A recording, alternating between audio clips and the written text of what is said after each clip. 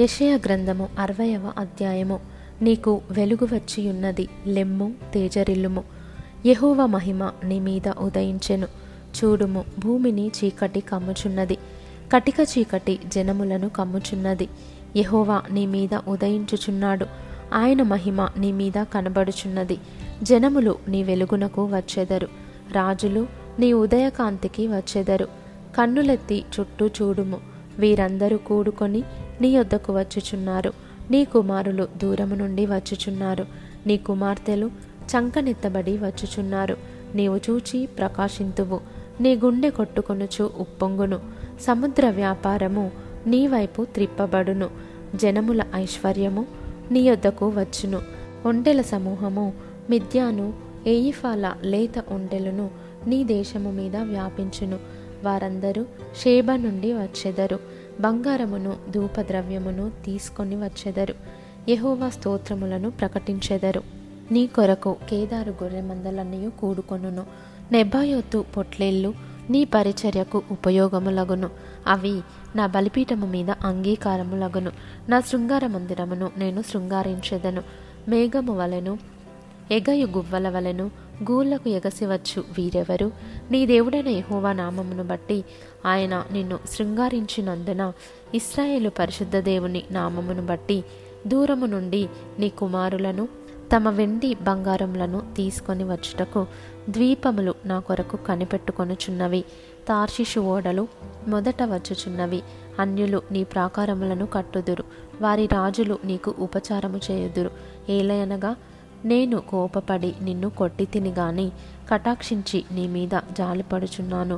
నీ యొద్దకు జనముల భాగ్యము తేబడునట్లు, వారి రాజులు జయోత్సవముతో రప్పింపబడినట్లు నీ ద్వారములు రాత్రింబగళ్ళు వేయబడక నిత్యము తెరవబడి యుండును. నిన్ను సేవింపనొల్లని జనమైనను రాజ్యమైనను నిలువదు. అట్టి జనములు నిర్మూలము చేయబడును. నా పరిశుద్ధాలయపు అలంకారము నిమిత్తమై లెబానోను శ్రేష్టమైన దేవదారు వృక్షములను, సరళ వృక్షములను, గొంజి చెట్లను నీ యొద్దకు తేబడును. నేను నా పాదస్థలమును మహిమపరచెదను. నిన్ను బాధించిన వారి సంతానపు వారు నీ ఎదుటికి వచ్చి సాగిలపడెదరు. నిన్ను తృణీకరించిన వారందరూ వచ్చి నీ పాదముల మీద పడెదరు. యెహోవా పట్టణమనియు ఇశ్రాయేలు పరిశుద్ధ దేవుని సీయోననియు నీకు పేరు పెట్టెదరు. నీవు విసర్జింపబడుటను బట్టియు ద్వేషింపబడుటను బట్టియు ఎవడును నీ మార్గమున దాటిపోవుటలేదు. నిన్ను శాశ్వత శోభాతిశయముగాను బహుతరములకు సంతోష కారణముగాను చేసెదను. యెహోవానగు నేను నీ రక్షకుడననియు బహుపరాక్రమము గల యాకోబు దేవుడనగు నీ విమోచకుడననియు నీకు తెలియబడునట్లు నీవు జనముల పాలు కుడిచి రాజుల చంటి పాలు త్రాగెదవు. నేను ఇత్తడికి ప్రతిగా బంగారమును తెచ్చుచున్నాను, ఇనుమునకు ప్రతిగా వెండిని, కర్రకు ప్రతిగా ఇత్తడిని, రాళ్లకు ప్రతిగా ఇనుమును తెచ్చుచున్నాను. సమాధానమును నీకు అధికారులుగాను, నీతిని నీకు విచారణకర్తలుగాను నియమించుచున్నాను. ఇకను నీ దేశమున బలాత్కారమను మాట వినబడదు. నీ సరిహద్దులలో పాడు అను మాట గాని, నాశనము అను మాట గాని వినబడదు. రక్షణయే నీకు ప్రాకారములనియు, ప్రఖ్యాతియే నీ గుమ్మములనియు నీవు చెప్పుకొందువు. ఇక మీదట పగలు సూర్యుని ప్రకాశము నీకు వెలుగుగా ఉండదు. నీకు వెలుగిచ్చుటకై చంద్రుడు ఇకను ప్రకాశింపడు. యెహోవాయే నీకు నిత్యమైన వెలుగవును. నీ దేవుడు నీకు భూషణముగా ఉండును. నీ సూర్యుడికను అస్తమింపడు, నీ చంద్రుడు క్షీణింపడు.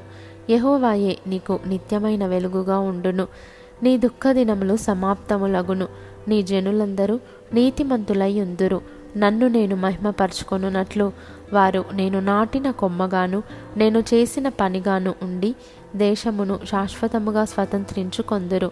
వారిలో ఒంటరి అయిన వాడు 1000 మంది యగును, ఎన్నిక లేనివాడు బలమైన జనమగును.